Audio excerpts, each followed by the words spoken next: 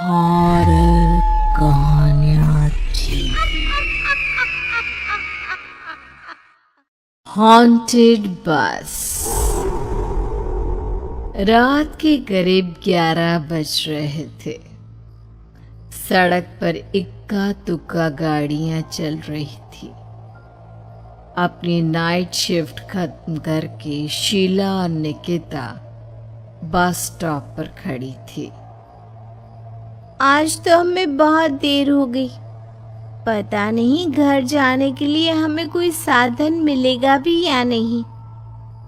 अगर कोई साधन नहीं मिला तो कहीं रात इसी बस स्टॉप पर ना बितानी पड़े। अपनी काली जुबान बंद कर। जब देखो तब उल्टी बातें ही करती है। अरे कुछ देर रुक जाना, कुछ ना कुछ मिल ही जाएगा। लेकिन काफी देर तक इंतजार करने के बाद भी उन्हें कोई बस नहीं मिलती। धीरे धीरे समय के साथ साथ सड़क पर चलने वाली गाड़ियों का दिखना भी बंद हो जाता है। अरे ये देख, अब तो सड़क पर एक भी गाड़ी नहीं दिख रही। दूर दूर तक गाड़ी और किसी इंसान का नामो निशान नहीं है। एक काम करते हैं, वापस अपने ऑफिस चलते हैं।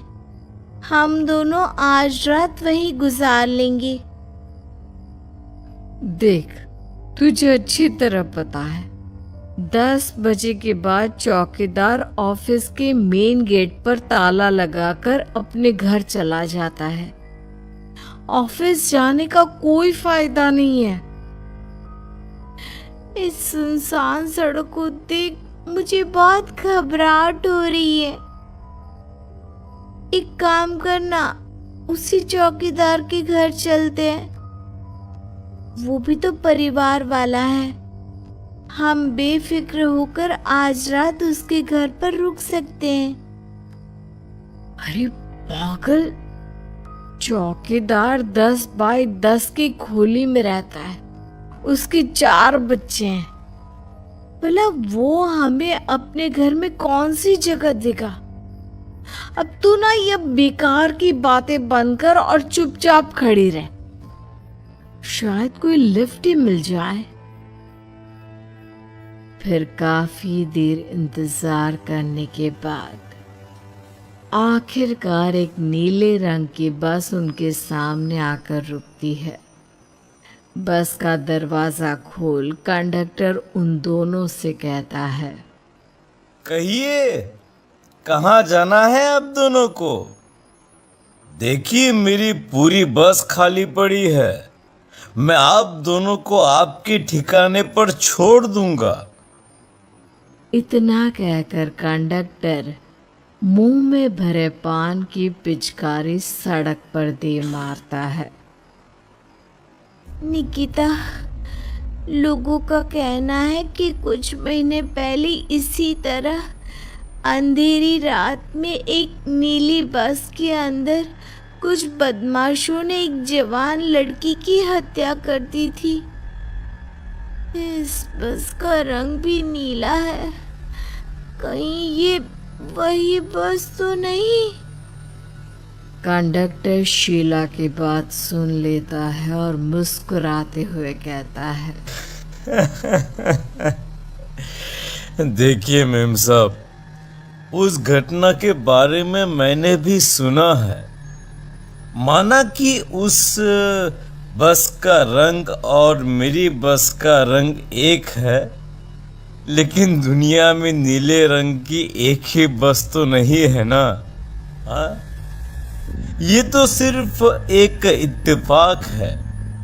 देखिए, हमारी बस में एक मेम साहब पहले से ही बैठी हैं। चाहे तो आप देख लीजिए। निकिता गर्दन उठाकर देखती है तो बस के पीछे वाले हिस्से में एक लड़की कंबल ओढ़े बैठी हुई थी। सही तो बोल रहे हैं भैया, बस में पहले से एक लड़की बैठी है। चल अब हम भी बैठ जाते हैं।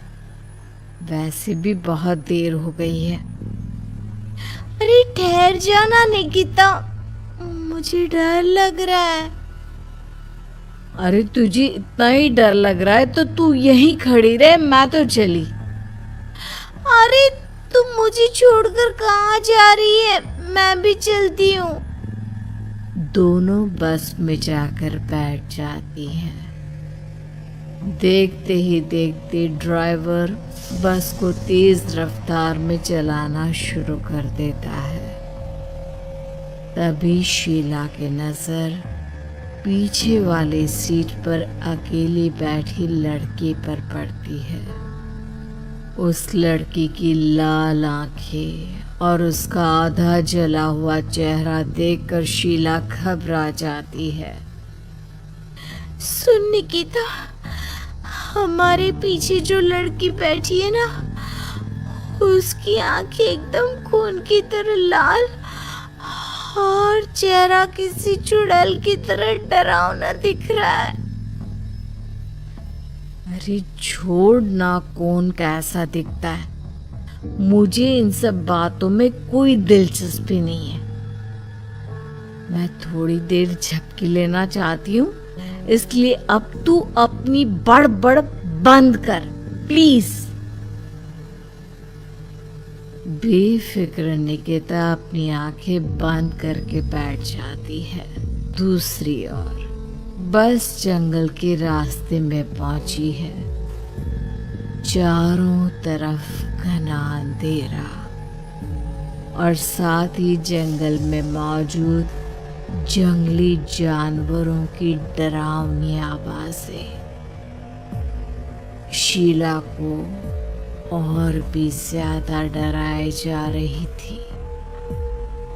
थोड़ी ही देर में बस एक बरगद के पेड़ के पास से गुजरती है। तभी अचानक बरगद की डाल पर बैठी एक बिल्ली कूदकर खिड़की के रास्ते शीला की गोद में आ गिरती है। मर गई रे, बचाओ मुझे, कोई बचाओ। शीला के चिल्लाने की वजह से निकिता की आंख खुल जाती है और वो भी घबराकर इधर उधर देखने लगती है। तभी पीछे वाली सीट पर बैठी लड़की उठकर शीला के पास आती है और बिना कुछ कहे उस बिल्ली को शीला की गोद से उठा उसे सहलाते हुए अपनी गोद में लेकर वापस अपनी सीट पर जाकर बैठ जाती है। अरे शीला, तू तो बहुत ही डरपोक है, जरा जरा सी बात पर उछल पड़ती है। मैं कल से अकेले ही सफर करूंगी। अरे मैं क्या करूं? वो बिल्ली अचानक मेरी गोद में आ गिरी। अपनी बकवास बंद कर और मुझे चैन से सोने दे। इस तरह शीला को डांटकर निकिता फिर सो जाती है। पर तभी अचानक एक झटके से ब्रेक लगाकर ड्राइवर बस को रोकता है। शीला खिड़की से बाहर झांक कर देखती है तो उसे सड़क के किनारे एक काला आदमी खड़ा दिखाई देता है। उसकी बड़ी बड़ी दाढ़ी और अजीब से कपड़े देखकर शीला को घबराहट होने लगी। क्या हुआ ड्राइवर भैया, आपने बस क्यों रोक दी? अरे वो देखो, वहां वो सड़क के किनारे एक आदमी खड़ा है, उसी के लिए मैंने बस रुकवाई है। शीला निकिता को धक्का देकर नींद से जगाती है। अरे अब क्या हुआ? वो देख, सड़क किनारे कितना डरावना आदमी है। उसका अजीबोगरीब हुलिया देखकर लगता है जैसे कोई शैतान खड़ा हो। अब शीला की तरह निकिता भी उस आदमी को देखकर थोड़ा डरने लगती है। कंडक्टर, क्या तुम उस आदमी को बस में चढ़ाने वाले हो? उसे देखकर हमें डर लग रहा है। उसे बस में मत चढ़ाओ। अरे, डरने की कोई बात नहीं है मेम साहब। ये आदमी जंगल के पीछे वाले गांव में रहता है। ये रोज इसी वक्त मेरी बस में बैठकर पड़ोस वाले गांव में जाता है। और वैसे भी ये बेचारा गूंगा है। अगर आप लोगों को डर लगता है तो मैं इसे ड्राइवर के बगल में बिठा देता हूँ। ओह अच्छा, ठीक है। फिर कंडक्टर का इशारा पाते ही वो आदमी बस में सवार हो जाता है। ड्राइवर दोबारा एक्सीलेटर पर जोर देकर बस को आगे बढ़ाता है। थोड़ी ही देर में बस एक घाटी पर चढ़ती है। बस के एक तरफ गहरी और डरावनी खाई थी, पर ड्राइवर को इस बात से कोई फर्क पड़ता नजर नहीं आ रहा था।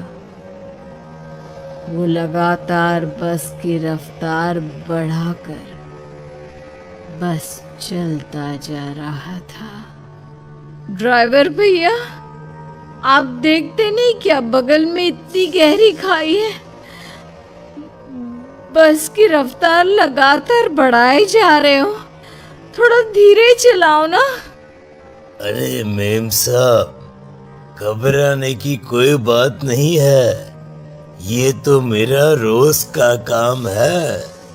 मैं तो यहाँ इसी रफ्तार से बस चलाता हूँ।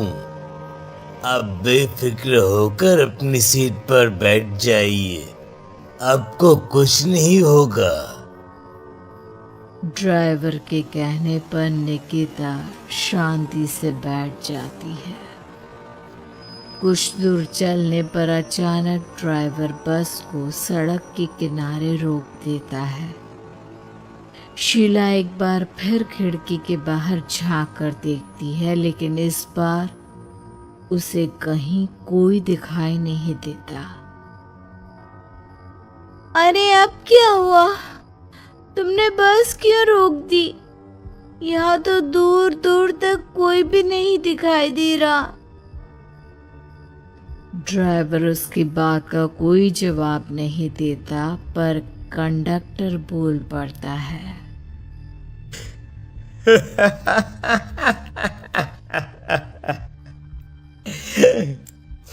ये हमारी फेवरेट जगह है। हम अपने सारे अच्छे काम यहीं पर करते हैं। अब हमारा प्रोग्राम खत्म होने के बाद ही बस यहाँ से आगे बढ़ेगी। इतना कहते ही कंडक्टर सीट के नीचे रखी एक शराब की बोतल निकालता है। अरे ये सब क्या है? तुम्हारे बस में सवारी बैठी है, उन्हें घर पहुंचाने की जगह तुम यहाँ सड़क के बीच में बस रोककर शराब पियोगे? बस में लड़कियों के बैठे हुए भी तुम्हें ये सब करते हुए शर्म नहीं आती? कंडक्टर कोई जवाब नहीं देता और मुस्कुराते हुए शराब पीने लगता है।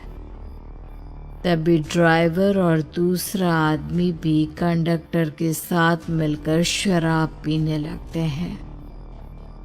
निकिता, मुझे इन तीनों के इरादे कुछ ठीक नहीं लगते। हमने इस बस में बैठकर बहुत बड़ी भूल कर दी। तू घबरा मत, मैं हमेशा अपने पर्स में छोटा सा चाकू रखती हूँ। उसके रहते ये तीनों हमारा कुछ नहीं बिगाड़ पाएंगे।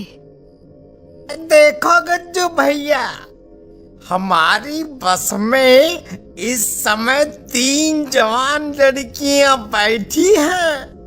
कहो कहो सबसे पहले किसका शिकार किया जाए? मैं तो कहता हूं कि सबसे पहले वो जो पीछे अकेले जो बैठी है ना, उसे पकड़ कर लाओ। उसके बाद इन दोनों का प्रोग्राम फिट करेंगे। ठीक है, जैसी तुम्हारी मर्जी। अब वो आदमी पीछे वाली सीट पर बैठी लड़की के पास पहुंचकर उसका हाथ पकड़ लेता है, लेकिन तभी अचानक उस लड़की की आंखें जरूरत से ज्यादा बड़ी और लाल होने लगती है। उसका चेहरा गुस्से से लाल और उसके मुंह से नुकीले दांत दिखने लगते हैं। अरे अरे अरे, ये क्या? ये लड़की अचानक इतनी खतरनाक कैसे बन रही है? इतने में वो लड़की उस आदमी को उठाकर वहीं सीट पर पटक देती है। मुझे हाथ लगाएगा, तेरी इतनी हिम्मत! जोर से चीखते हुए वो लड़की उस आदमी पर हमला कर देती है और पल भर में ही उस आदमी का काम तमाम हो जाता है। ये देख ड्राइवर और कंडक्टर के होश उड़ जाते हैं। इतने में ड्राइवर अपनी जान बचाने के लिए तुरंत बस से बाहर कूद जाता है, पर तभी बस के पीछे की तरफ से तेजी से आ रहा एक ट्रक उसे कुचल कर चला जाता है। एक ही पल में अपने दोनों साथियों की मौत देख अब कंडक्टर के हाथ पैर कांपने लगते हैं। ये सब देख निकिता और शीला के भी होश उड़ जाते हैं। वो चुपचाप अपनी सीट पर ही छुप कर बैठी रहती हैं। अरे अरे अरे, कौन हो तुम? और तुम इतनी भयानक कैसे बन गई? अब वो लड़की गुस्से में गुर्राते हुए कंडक्टर का गला पकड़ लेती है। इतनी जल्दी मुझे भूल गए? कुछ महीनों पहले तुम तीनों ने बड़ी बेरहमी से मेरी हत्या की थी और फिर शहर छोड़कर भाग गए। कई दिनों से मैं तुम तीनों के इंतजार में भटक रही थी। आज जाकर मेरा बदला पूरा होगा। अब तू भी अपने साथियों की तरह जहन्नम पहुंच जाएगा। अब वो लड़की कंडक्टर को उठाकर बस के पास मौजूद खाई में फेंक देती है। कंडक्टर एक बड़े पत्थर से जा टकराता है और उसकी भी मृत्यु हो जाती है। दूसरी तरफ ये सारा नजारा देख शीला और निकिता बेहोश हो जाती है। अगली सुबह जब उन दोनों को होश आता है तो वो अपने आप को एक सरकारी अस्पताल में पाती है।